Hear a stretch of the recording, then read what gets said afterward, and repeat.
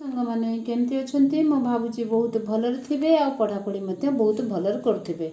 आज आम कारक विभक्ति देखा ओडिया ग्रामर रे यहाँ कंपलसरी सब्जेक्ट रे पेपर 1 पेपर 2 रे जाए हेले भी सुधा आमर ये कारक विभक्ति की लेकिन डेफिनेटली गोटे क्वेश्चन आसे। तो आम ए देखा कारक क्या कहते देख वाक्य क्रिया देख लगे कौन वाक्य क्रियापद सहित अन्य पद मान संबंध को कारक कहुए।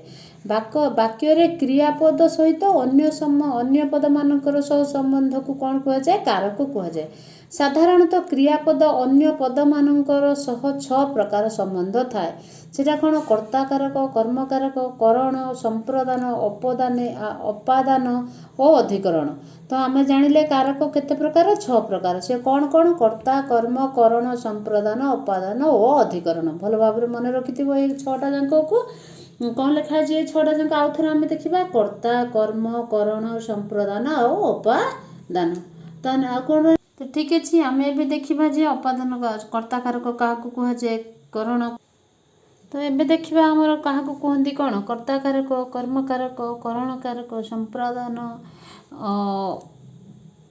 नेक्स्ट अपादान नेक्स्ट अधिकरण ए कारक सब क्या कहुए आम देखा एग्जांपल देले आम बुझीपर।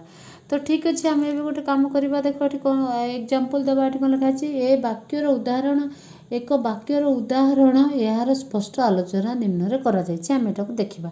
तो कौन ये लिखाई देख शिक्षक पाठ पढ़ाऊला बेले छात्रीटी को श्रेणीगृह निज हाथ में बहीटी दे पठाइले। शिक्षक पाठ पढ़ाऊला बेले छात्रीटी को श्रेणीगृह निज हाथ में बहीटी दे पठाइले। तो किए पाठ पढ़ुते शिक्षक शिक्षक हेले कौन कर्ता कारक कौन पठाइले बही बही कौन है आमर कर्म कारक केउथिरे पठाइले हाथ में पठाइले तो यहाँ है आमर कौन करण कारक केउथिरे पठाइले निज हाथ में हेला करण कारक केउठारू पठाइले श्रेणीगृह संप्रदान कारक केतेबेले पठाइले पाठ पढ़ाऊले तो ये है कौन अपादान कारक क्या पठाइले छात्रटी को पठाइले अधिकरण कारक।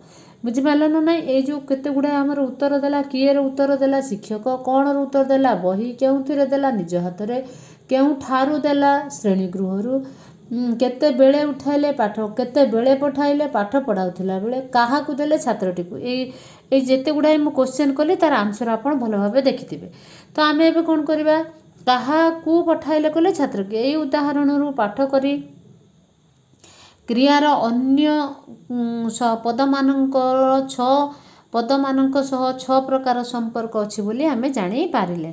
तो आम ए आलोचना करवा कर्ता कारक क्या कहुए देख कौन लिखाई वाक्य कार्य संपादन जे करे बा कराए ताहाकू कर्ता कारक कहुए। वाक्य कार्य जे निजे करे बा कार्य संपादन करे ताकू कौन कहते कर्ता कारक। देख हाथ रे खाऊची कि सॉरी हरी खाऊची किए खाऊची हरी तापर कौन गाड़ी चलुची कौन चलुची गाड़ी। तो ताने ये जो उत्तर कौन उत्तर देला कि किए रे जे उत्तर दब सी हूँ कर्ता कारक। देख कर्ता आमर केते प्रकार थाए कर्ता आमर 3 प्रकार थाए केते प्रकार थाए 3 प्रकार थाए से 3 प्रकार कौन कौन देख मुख्यकर्ता प्रयोजककर्ता और प्रयोज्यकर्ता कौन कौन थाए मुख्यकर्ता प्रयोजककर्ता और प्रयोज्यकर्ता। तो ये मुख्यकर्ता किए प्रयोजक किए एग्जांपल देला आम जानी पारिबा। एबे आम कौन करवा कर्म कारक देखा देख जो कर्ता जो लक्ष्य क्रिया संपादन करे ताहा कर्म कारक। ताने जो वाक्य जो कार्य पद्धति निर्वाह करा जाए लक्ष्य करी जो क्रियापद कार्य मान क्रिया संपादन करा जाए से हूँ कर्म कारक। एग्जांपल देले आप जानीपारे से ताकू गोटे कलम देला कौन देला कलम कौन देला कलम देला। तो मुख्य कर्म है कि आमर कौन देला कलम देला है मुख्य क्या देला ताकू देला है गौण कर्म मुख्य कर्म और 2टा गौण कर्म थाए आमर। तो आम ए कौन करिया वाक्य 2टी कर्म थिले गोटे अप्राणी बीजक बा अन्यटी प्राणी बीजक साधारणतः अप्राणी बीजक मुख्य कर्मटी और प्राणी बीजक कौन कर्मर परे आसे। तो आमर 2टा गोटे थाए मुख्य कर्म आ गोटे थाए गौण कर्म। तो आम ए देखी मुख्य कर्मटी आमर केउठी व्यवहार करा जाए देख क्रियार पूर्वर मुख्य कर्म व्यवहार करा जाय थाए। देख क्रिया पूर्वर मुख्य कर्म थाए गौण कर्म रे द्वितीय विभक्ति चिन्ह थाए तेबे देखिबा करण कारक कौन लिखा अछि देख क्रिया साधारण क्रिया साधन रे जे कर्ता को साहाय्य करि थाए से पद करण कारक अटे। देख क्रिया मु एबे पाठ पढ़ुछि गोटे क्रिया हला कहा द्वारा पाठ पढ़ुछि मते पाठ पढ़ेबारे किए साहाय्य कला बहीटी साहाय्य कला तो कौन हला बहीटी द्वारा टीचर पाठ पढ़ाउछंती कलम द्वारा लिखुछंती तो करण कारक है जहा द्वारा क्रियाटी संपादन बा क्रियाटी संपादन करबा पई जे साहाय्य कला से हला करण कारक। संपादन कारक देख संपादन कौन हला जो व्यक्ति कर्ता कौनसी वस्तु बा कौनसी वस्तु दान करे बा सूचना मिले एही सूचना मिले एवं सही वस्तु कर्ता आउ फेराई पारे नाही फेराई आणे नाही ताहाठारे संप्रदान कारक हुए। दान अर्थरे संप्रदान कारक हुए दान लिखा है देख तो आम जाने दान अर्थरे संप्रदान कारक हुए जेकोसी कर्ता जदि कौन गोटे जिनस दान देदेला आ संपूर्ण भाव फेराई न आनिला तो ताकू कौन कहती संप्रदान कारक कहुए। यथा गोपबंधु दुखी लोकटी को अन्न वस्त्र दान कले जो अन्न वस्त्र गोपबंधु देले सी आ कौन फेरे आनले कि तेणुक दान अर्थे संप्रदान कारक बोले मन रखिथिबो।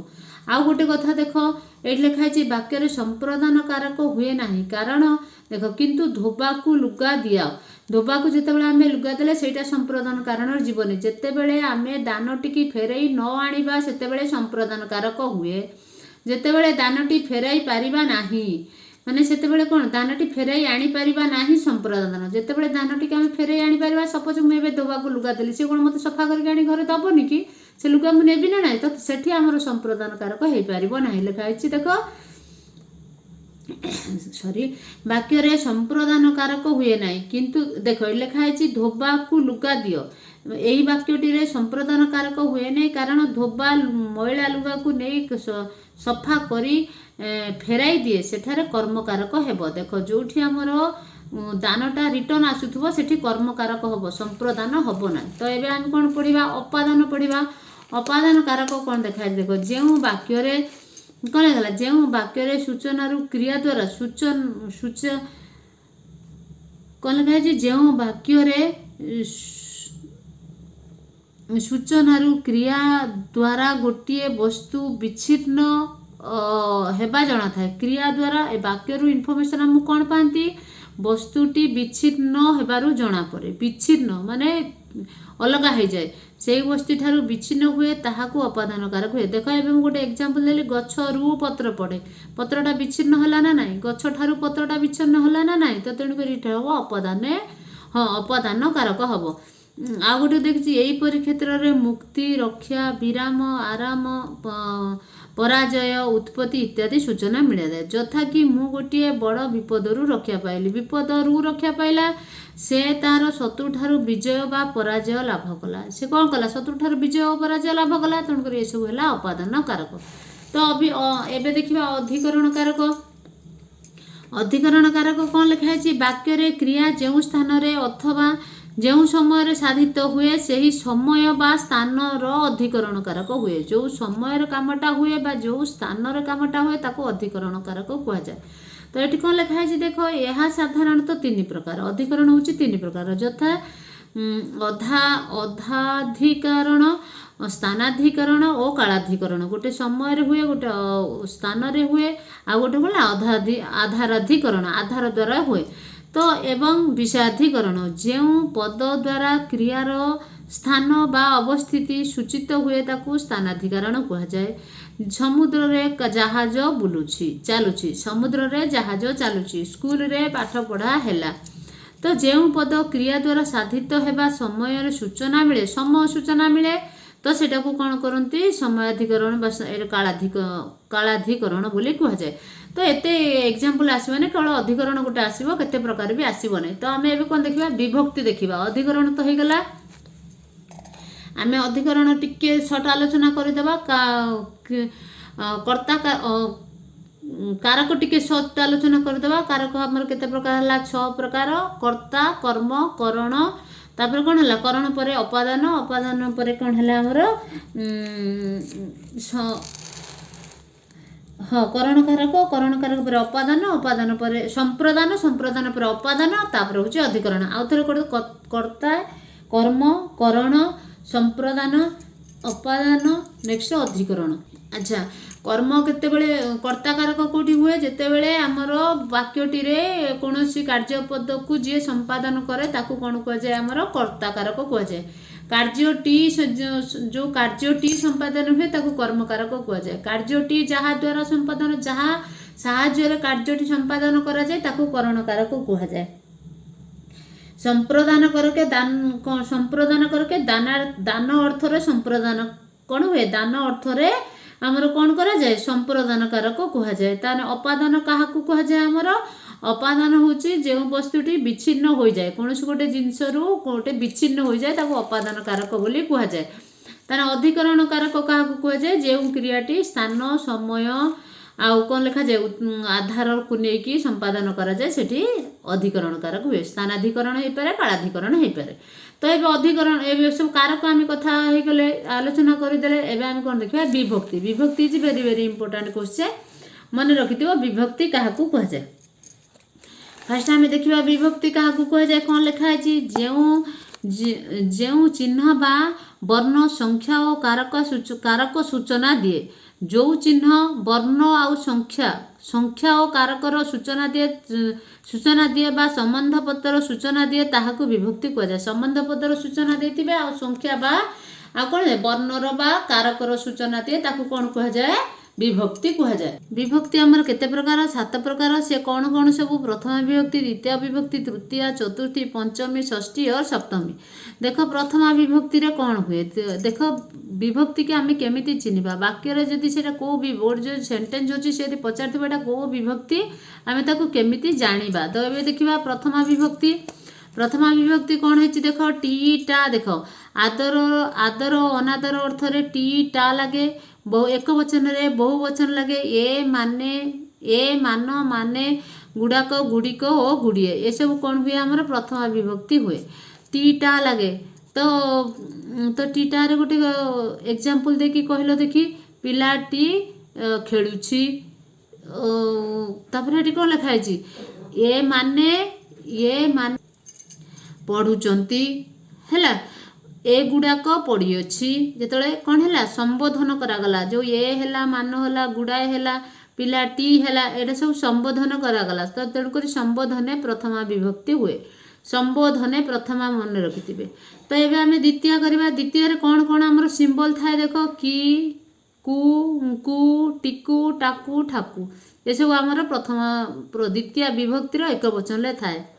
द्वितीय विभक्ति बहुवचन कौन थाए आम देखा कु मानंकु गुड़ाकू गुड़ीकू मानंकरे मानंक द्वारा ये सब आमर कौन थाए द्वितीय विभक्ति रे थाए। बहुवचन द्वितीय विभक्तिर बहुवचन रे एबे प्रथम विभक्तिर केते गुड़ाए आम कौन करबा एग्जांपल देखिबा। एटी कौन लिखा है देख कर्ता कारक प्रथमा विभक्ति हुए यथा वर्णमाली पाठ पढ़ुअछि किए पाठ पढ़ुअछि वर्णमाली किए उत्तर किए देला वर्णमाली वर्णमाली कौन है कर्ता कर्ता कारक प्रथमा विभक्ति। कर्म वाक्य रे कर्म ठार प्रथमा विभक्ति कर्म कौन लिखा है कर्म वाक्य रे कर्म ठारे प्रथमा विभक्ति हुए यथा लोक मानक द्वारा ये मानक कही लोक मानक द्वारा कौन लिखा है पोखरी दल पोखरी सफा है तो लोक मानक द्वारा ये कर्म विभक्ति है। कर्म वाच्य रे कर्म ठारे प्रथमा विभक्ति हुए। क्रियापद न थाई केवल व्यक्ति बा पदार्थ को निर्देश करने स्थले प्रथमा विभक्ति यथा कलम बही ये किसी क्रियापद नहीं देख तो ये कौन लिखा है कलम बही नदी कलमटा आण कलमटी आण तो ये कौन हुए आमर से आमर क्रियापद थिले मध्य कौन हुए आमर प्रथमा विभक्ति हुए। संबोधने प्रथमा जमती कि आरे पिले एपटे एपटे देख तो संबोधन भी प्रथमा हुए अरे टिके आसिलु एग्जांपल पिले खेलुछ कि तो या कौन कह जाए संबोधने प्रथमा कह जाए। एहा जेउ कौन लिखा है एहा जेउ जहा जे मानक से मान ये सब जहा केतेक ए शब्द थिले संख्यावाचक शब्द प्रयोग करी प्रथमा विभक्ति हुए। जमती कि राम और हरि दुहे आम स्कूल रो सबुठु भल छात्र राम और हरि एठी दुईटा लेखाला देखिपार राम और हरि तो आमर एठी कौन है ये दुईटा जाक तो ये दुईटा जाक संख्यावाचक अच्छी बोली एठी कौन है आमर प्रथमा विभक्ति।